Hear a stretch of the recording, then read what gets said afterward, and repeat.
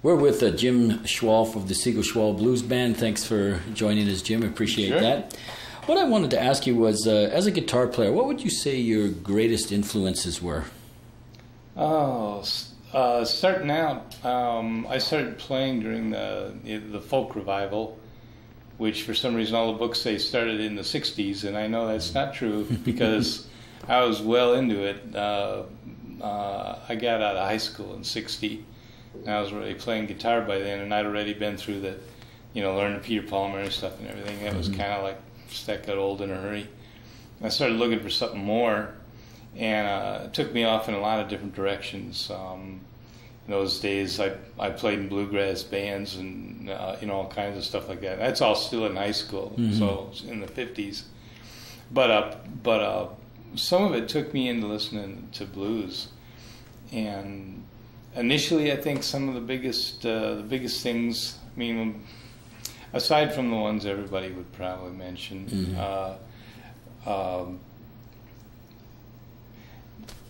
Big Joe Williams and also Big Bill Brunsey, because they were the two guys that were in Chicago at the time and I could go see them. Big Joe was around for a big chunk of that time, and I could see them live. I mean, there are a lot of guys I heard on records, heard Lightning Hopkins and everybody, but those two guys, because they were around. I only heard Brunsey twice. The second time he couldn't sing. He had throat cancer, and he could barely bark out some of the lyrics, but he was still playing. Just amazing. I mean, it's incredible stuff he was doing. And then and Big Joe, that was straight from the Delta kind of stuff. That's really where I started, and it was that led me into some of the other stuff. Because I was coming out of this folk clubs and folk festivals and stuff like that. USC had a big one. University of Chicago had a big one every year, and I would travel to other places, go up to Ann Arbor and for the festivals, and I'd see these people, but I never really saw the electric players until later. After I started getting into being part of the the scene in Chicago and getting out and getting to the clubs, then I ran into some people like Kester down at Delmark Records. After one little gig, he dragged Big Joe Williams and me and I think there's a couple other people, and dragged us all down to Pepper's. First time I went to Pepper's to see Muddy Waters band. And whoa! I mean, I'd heard those old records, I'd heard those Stovall's Plantation records and stuff. And then I walked in, and he's got this like 7-piece band, and they Kester was kind of a hero at that place because he'd prevented a little incident down there one time, and so they the owners down there, they really liked him. So Johnny got us a table. We're right up in front. All through we're there for like 25 minutes, and the whole 25 minutes, Big Joe's yelling across the table something at me. I couldn't make out what he was saying. I mean, he had a Mississippi accent that was so thick you could cut it, but but still, I mean, he's sitting right there. I should be able to hear him. I couldn't hear him. Finally, the band takes a break. I leaned over and said, "What were you telling me?" And he goes, "It's too loud." But that was enough. Sammy Lawhorn was doing most of the guitar solo work in that band at that time. And he just went, "Oh, man, that was just an awakening." Wow. And I went, "Oh, there's something different you can do with the guitar." So then I started getting out and seeing the other people. Biggest influences initially, Buddy Guy and Otis Rush. Buddy, for the sheer damn craziness of everything he did. I mean, you always had this feeling that he never knew from one second to the next if he was gonna like go low in the neck, go high in the neck, throw the guitar against the wall, leave. You never knew. You just never knew what he was gonna do. It was so spontaneous. And Otis, because unlike a lot of the other players, he didn't play riffs. I mean, he played all the same, all that stuff that was all kind of boiled down from B.B. King and everything. But there was something different about it. He played like he sang, like you sing. the notes all connected. They all had a shape, and when you'd think about it later, you'd realize that this 12 bars wasn't like this little lick and this little lick and this little lick. The whole 12 bars had a shape to it, and it was going somewhere. It knew where he was going, and we had a mutual admiration society going. I hung out with him every chance I got. As an electric blues band, you play lead guitar, and it's an acoustic guitar. Tell us a little bit about your guitar. Well, initially that was because I had it. I didn't have an electric guitar. I had that guitar, and so that's what I started playing. I obtained it in high school. Obtained is really the word. And it just, it was there, and so, and I was used to playing on it. And I have another guitar that I still have, the two guitars that I've, had for like 40-some years, that's never had a pickup on it, but I put the pickup on this one. Mm-hmm. And in those days, I went down to lighter strings, electric weight strings, so I could push notes around more. It's only, I was a punk, and I wasn't strong enough to push heavy strings around, so... Which Otis did, by the way. He used acoustic weight strings and still bent them like that. Wow. There's a reason for that, though. He's pulling down on him instead of pushing up. Because he had the guitar upside down. It was kind of a bizarre thing. Now, the first time I played his guitar, it scared the hell out of me. We played together, and then one night I walked into a club and he called me up on stage, and it occurred to me I'd never really paid much attention to whether he changed the order of the strings on that guitar or not. I didn't know if he strung it upside down or just turned it around and played it. And it turned out he did just play it and turn it around and play it, so I was able to play his guitar. That would have been a mess if I couldn't. What do you think of the music currently being produced today? It's so, there's so much happening. The genres are gone. Everything is all possibilities are open. Corky and I were talking the other day about David Amram, who is, kind of was very unusual for him to be doing what he was doing back in the 60s, which was combining elements of classical music and jazz and music from other parts of the world. Mm-hmm. And, it was almost kind of a hippy-dippy thing to be doing at that time. Mm-hmm. That's so common now that the boundaries between different kinds of music are just gone, and it sometimes seems like the only way you can really create something new is to find a new way of combining things. I think what I'm happiest with about the music that's being played now is that a lot of the real straight ahead forms still work and are still really valid. The singer-songwriters are still turning out incredible stuff. Mm-hmm.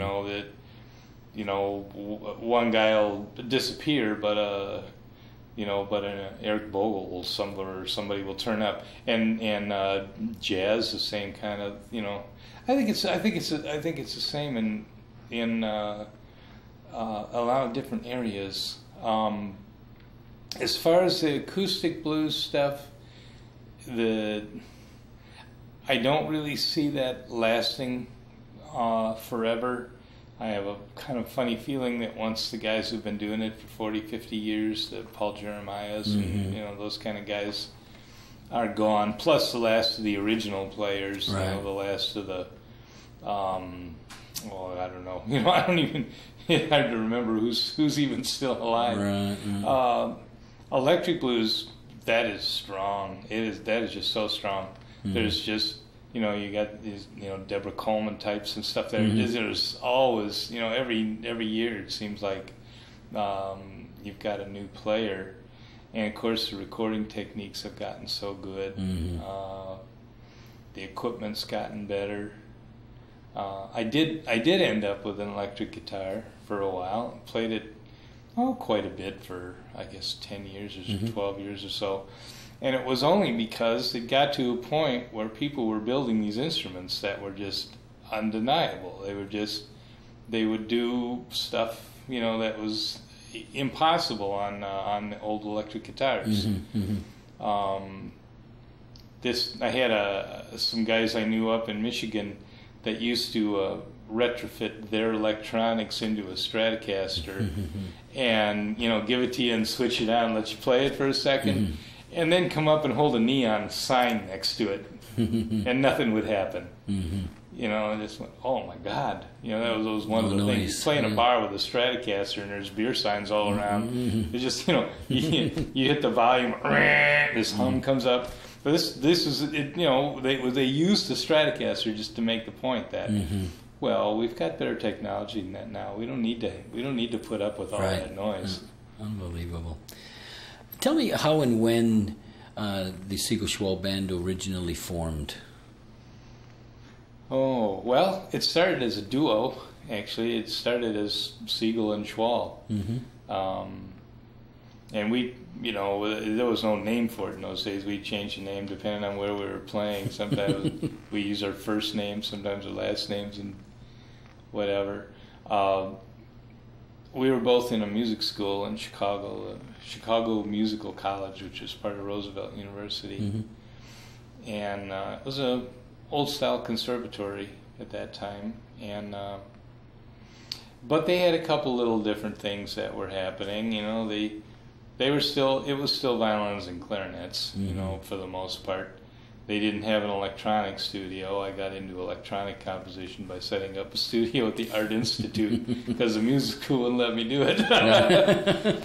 But they did have this one guy, and if I remember right, his name was Lane Emery, and he was a jazz guy basically, and he had his courses that he taught, and he wanted to have some jazz courses, and they wouldn't let him do it for credit initially, but they let him have a laboratory band, a jazz lab band, and that's where I met Corky. Lane would Shanghai you if you came into his course, and you know he discovered you could play an instrument he needed. Well, Corky, I don't know if he told you this, but he was a tenor sax player, so naturally he got Shanghai. And then I got in one of his courses, and he said, "Play guitar? Fine, I need a guitar player. Better be down there, you know, on Tuesday night." And kind of let you know you better show up for rehearsals if you wanted to, like, get a good, you know, get an A in this course or something like that. And it was pretty crazy because I hadn't played jazz. I'd never played jazz. I'd grown up listening to jazz, but it never occurred to me to try to play it.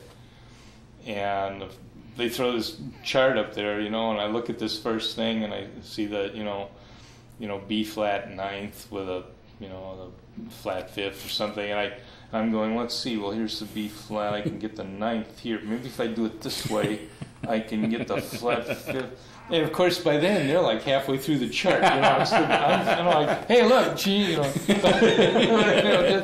It was pretty nuts. It was pretty pathetic. I got into it eventually and figured out what was happening. But after about the second or third rehearsal, we're riding down the elevator, and Corky figured out that wasn't my background, and he takes a harmonica out of his shirt and tosses it to me. He says, "What can you do with this?" So I play a little harmonica, and he goes, "Uh-huh." You know? So we started playing around, and as a duo. He would play piano and harmonica like he's doing now, except with a bass drum underneath the piano. And I'd play guitar, and I got a pickup for my guitar. And one of a series, I had a series of really terrible pickups. And then sometimes we would do things where he would stand up and, you know, just feature the harmonica, and then I'd go sit on the piano bench so I could work the bass drum, you know.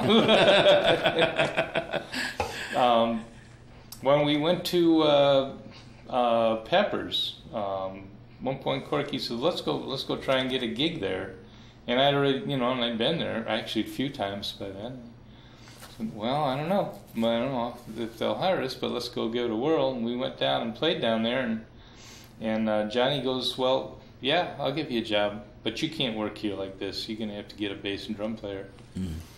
And he gave us one night of the week. He gave us like Tuesday night, I think it was, or something like that. And the band that had been playing on Tuesday night was, I think, one of Buddy Guy's groups. And since he wasn't going to do it anymore, we just took his bass and drum player. That was the initial Siegel Schwall band.